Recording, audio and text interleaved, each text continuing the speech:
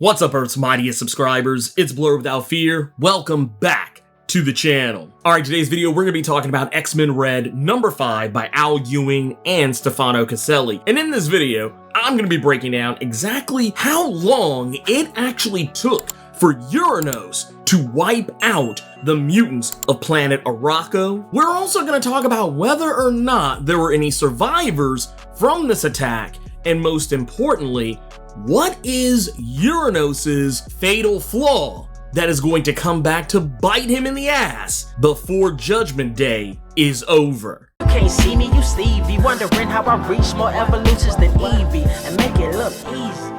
First and foremost, let's talk about Uranos' attack on Arakko. This was something that was revealed to us during Judgment Day number 1, and we saw that, Uranos just pulled up. Druig came to him in the Exclusion, which is pretty much the place where all Eternals are exiled to when they are banished from Eternal society. This was supposed to be a eternal lifetime banishment, and Druig is so desperate to take the mutants out that he's willing to reach into what is, for him, a very dark place. He doesn't trust Uranos, and more importantly, Druig, though he is Prime Eternal, he is also a sniveling, conniving Prime Eternal, and he is terrified of Uranos, which says a lot for Uranos because Druig was terrified of Thanos, but he kept Thanos incredibly close. Uranos, he doesn't even like being in the same room with him, but he allowed Uranos 1 hour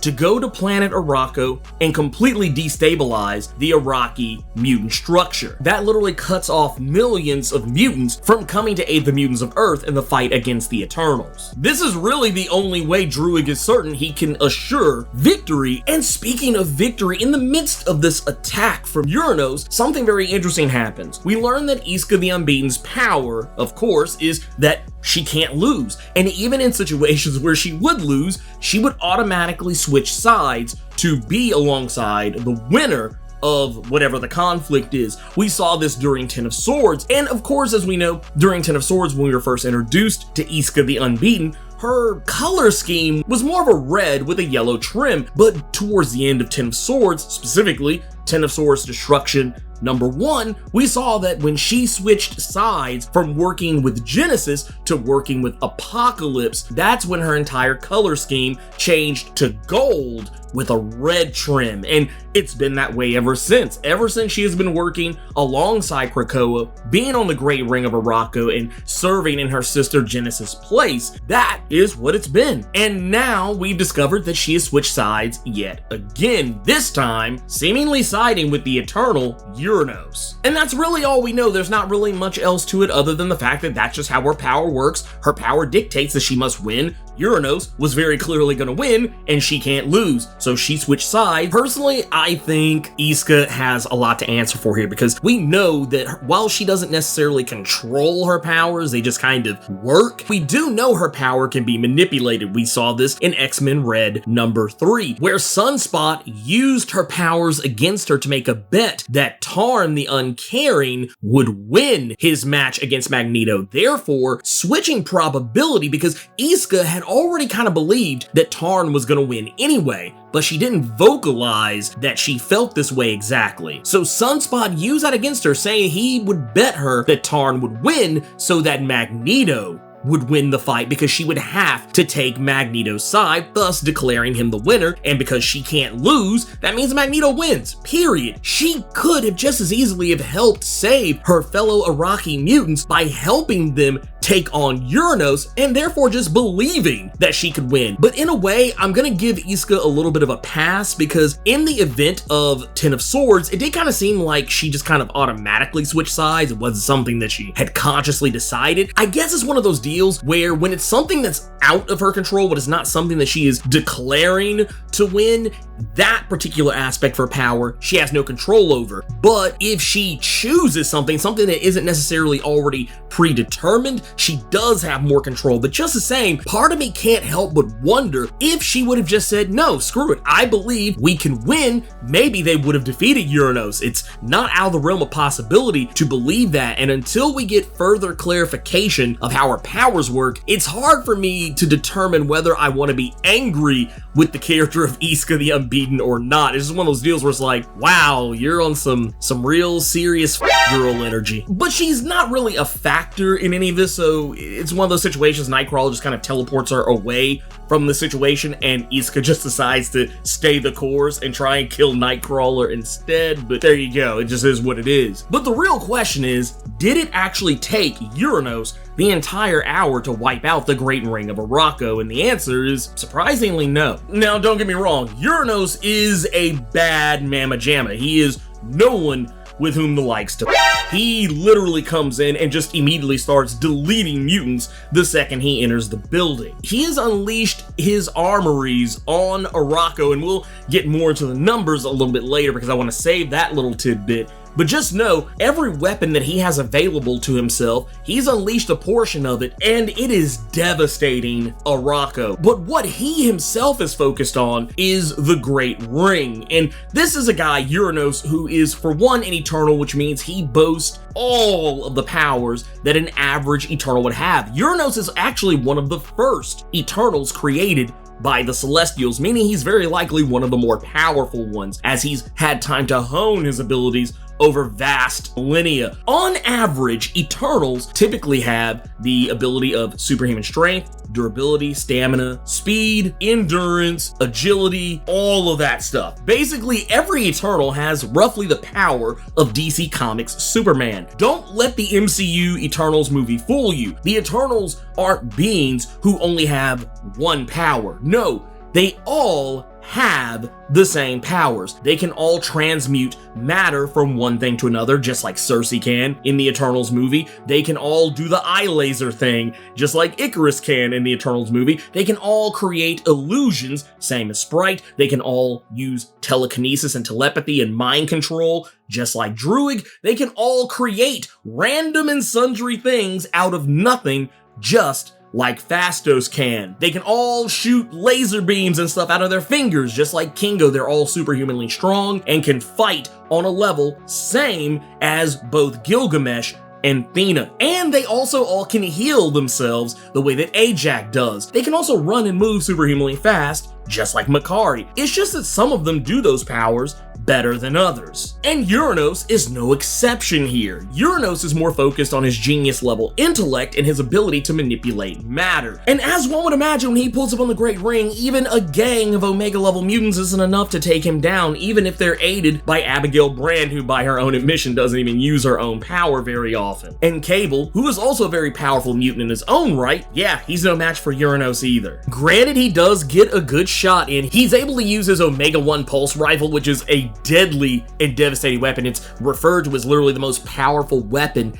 in his arsenal, and while he unleashes it at damn near point blank range in Uranos' face, it's still not enough to take him down. Now granted, the Omega 1 pulse rifle is the only thing that comes close to even hurting him, as we see it mentioned that it weakened him after 3.5 minutes of consistent bombardment. But even then, it wasn't enough to stop him. The only thing it did was make him smile. In a matter of mere minutes, Uranos is able to decimate the entirety of the Great Ring of Arakko and where it stands. It only took 20 minutes for him to do it. Now, the real question is, what did he do with the other 40 minutes? It is said that he used the time well, which means maybe he patrolled the area for more mutants, since it's revealed that 98% of all life within a 50-mile radius have been extinguished. But to put that in perspective, a 50-mile radius can cover Rhode Island and pretty much Delaware, both separately, almost damn near collectively. Very few major cities are even a 50-mile radius in the United States, if that puts a finer point on it. So he covered an incredibly large area to take down every mutant that he could possibly find. All in the time it takes to put together a gourmet pizza, throw it in the oven, and then drive it to somebody else's house. Now, I don't think that's all he did with his spare time. I'm of the belief he did something with the rest of his armory. Al Ewing doesn't hesitate to point out that he's not using everything at his disposal, and there's a very specific point in this comic where he directly says what it is that he's there to do. All non-eternal life must end. Now, granted, he could just be talking about the fact that mutants can now resurrect. Maybe that is what he is referring to, but it seems like he has bigger designs. Even going back to Judgment Day #1, he jokes about how he'll try to spare a hemisphere if Druig lets him out again so he can finish the job. I think with that extra 40 minutes, Uranos laid a trap card. Not just for the mutants of Arakko, and not just for the Avengers, but maybe even for the other Eternals. All in an effort to free himself from the exclusion, maybe even cement himself as Prime Eternal. Another thing we can't forget is that the Eternals now know they are not the Celestials' chosen ones. They're no longer beholden to humanity on any level. If Uranos can make the leap in logic that mutants are deviants, I'm pretty sure humanity is next on the list. Once Uranos has corrected all excess deviation as he sees fit, I'm pretty sure humans are next, because remember the X-Men animated series where Master Mold said that in order to get rid of mutants, he had to get rid of humans? You were designed to protect humans from mutants. That is not logical. Mutants are human. Therefore, humans must be protected from themselves. I'm pretty sure Uranos is gonna make that very same leap in logic. But getting back to the reason why Uranos killing the Omega level mutants of Arakko is such a big deal, the death of Omega level mutants in Arakko is a pretty high price, at least for those who sit on the Great Ring. On Krakoa, it's highly acceptable to die and then be resurrected. On Arakko, it's seen a little less favorably, especially if you sit on the Great Ring. Those who sit on the Great Ring are not allowed to be resurrected. We've actually seen this over the course of the last couple of issues of X-Men Red, as we saw with Taran the Uncarried when he was killed by Magneto. He is not resurrected, and he won't be resurrected, though I'm pretty sure he'll find a way to come back eventually. Magneto and Storm have also given up their right to resurrection on Krakoa should they die, because as it is seen on Arakko, Krakoan ways are by and large considered soft to their standards. And since no one who sits the Great Ring is allowed to be resurrected, Magneto and Storm had their resurrection backups deleted. So if they die, they stay dead. That's what kind of puts all of this in a greater perspective. This is why the stakes have become incredibly high in this case. Not only that, Druig is going after the resurrection protocols on Krakoa itself. He's tried to attack the Five, and while he was unsuccessful in killing all of them, he only managed to kill Egg. I doubt that that's the last time he's gonna try to kill the Five. Now that Uranos' mission is completed, what is his fatal weakness? Because he didn't lose in any of this, he set out to do something and he completely succeeded at it. The weakness Uranos has is one that is a classical weakness of powerful people. He just got too cocky. Uranos clearly doesn't believe in the tried and true rule of Zombieland, the double tap. He killed many mutants, but he didn't make sure that they stayed dead. He's used to killing something and it dying on the spot. If it's worked for him all these thousands, if not millions of years, then why not now? It's made him cocky, and he doesn't realize he's left survivors. His cockiness is not unexpected though. At the start of this issue, we're shown that he's unleashed 0.0003% of his armories that are now open. So less than even 0.25% of his arsenal was used in this fight. And while it was still tons of death machines and crazy goop monsters flying battleships and geometry mechas and vaporizing energy, he pulled a Frieza here and underestimated his opponents drastically, and I promise you, this is gonna come back to haunt him. Now, as for survivors, he clearly killed a lot of people, so who survived? Of the 100, possibly thousands of mutants Uranos executed across Arakko, we know for a fact that 4 out of 9 total members of the Great Ring survived Uranos' attack. Lotus, Logos, and Zelo barely, Horus Arata mostly, and Magneto somehow against all odds. Now, what you really need to be asking is, how is Magneto still alive? Earlier in this comic, we saw him get sent to the Shadow Realm when Uranos punched through Magneto's chest and ripped out his heart. Now, knowing Magneto, he is likely using his control over the electromagnetic spectrum to keep electric pulses running throughout his body, almost like an Omega level defibrillator, constantly sending shockwaves through him to jumpstart his body, only he has no heart now, so there's really nothing to be defibbed. So maybe it's less like a defib and more like an artificial heart. This isn't something unusual, seeing as recent as 2019, vast improvements in the field of artificial hearts are quite real. And I might be mispronouncing this, but the Bivacor heart, a heart made of titanium, is quite real and going through the process of testing and grading to be used as a heart replacement method in the near future, with the amount of metal laying around thanks to Lotus Logos literally spitting metal out for Magneto to use against Uranos. During this fight, he could have easily crafted a working metal heart for himself. Magneto was considered a genius level intellect, said to be not that dissimilar from Tony Stark or even Reed Richards. He's created highly sophisticated machines, robots, planes with both mundane and spaceflight capability, buildings, underground bases, and even computer technology over the course of his publication history that rivals anything that Iron Man or Mr. Fantastic can make themselves. A working metal heart would be light work for him at best. Now granted, being under such duress, seeing that how he created this while his actual heart is literally laying 10 or 15 feet away from him, that just solidifies the fact that he is an Omega level mutant, even more so than we already knew. He has largely almost always been considered to be an Omega level mutant since Omega level mutants were even a thing. This just makes it even more clear if it wasn't clear already. This might not even be a mechanical heart at all. It could just be him using those electromagnetic pulses to generate a heart made out of pure electromagnetic energy itself. That could also be a possibility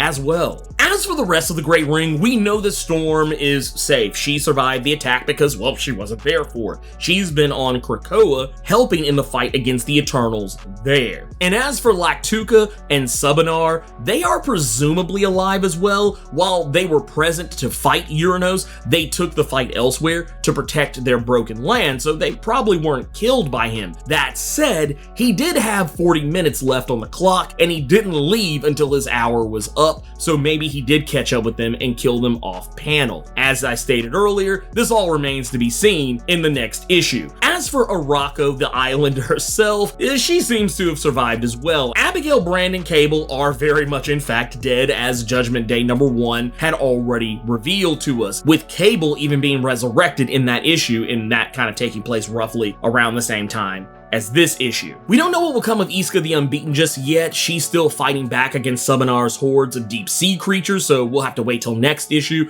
to learn what's going on there. And it's also safe to assume that Nova, a recent ally to the mutant cause, is alive too. It takes a lot to kill old Dick Ryder. As for mutants elsewhere on the planet, we know that Vulcan, Sunspot, Core of the Burning Heart, we know that they are very much alive. We don't know about Manifold or Thunderbird. We don't know their fates yet. All we know is that Sword Base was destroyed, and likely anyone working for Brand that was on that base is dead with them. But at some point, Sunspot, Wrong Slide, and Core of the Burning Heart appear to be retreating, so they're likely safe somewhere, since this was roughly at the time Uranos had completed his mission at just under 20 minutes into his hour. As for the character Legion, who does show up in this issue, he pulls up on Uranos, and we don't really know his fate. All we know is that Uranos came back without so much as a scratch in less than 30 seconds. He presumably went to fight Legion either in the upper atmosphere of Arakko or maybe even possibly in the astral plane. And old David Haller did not win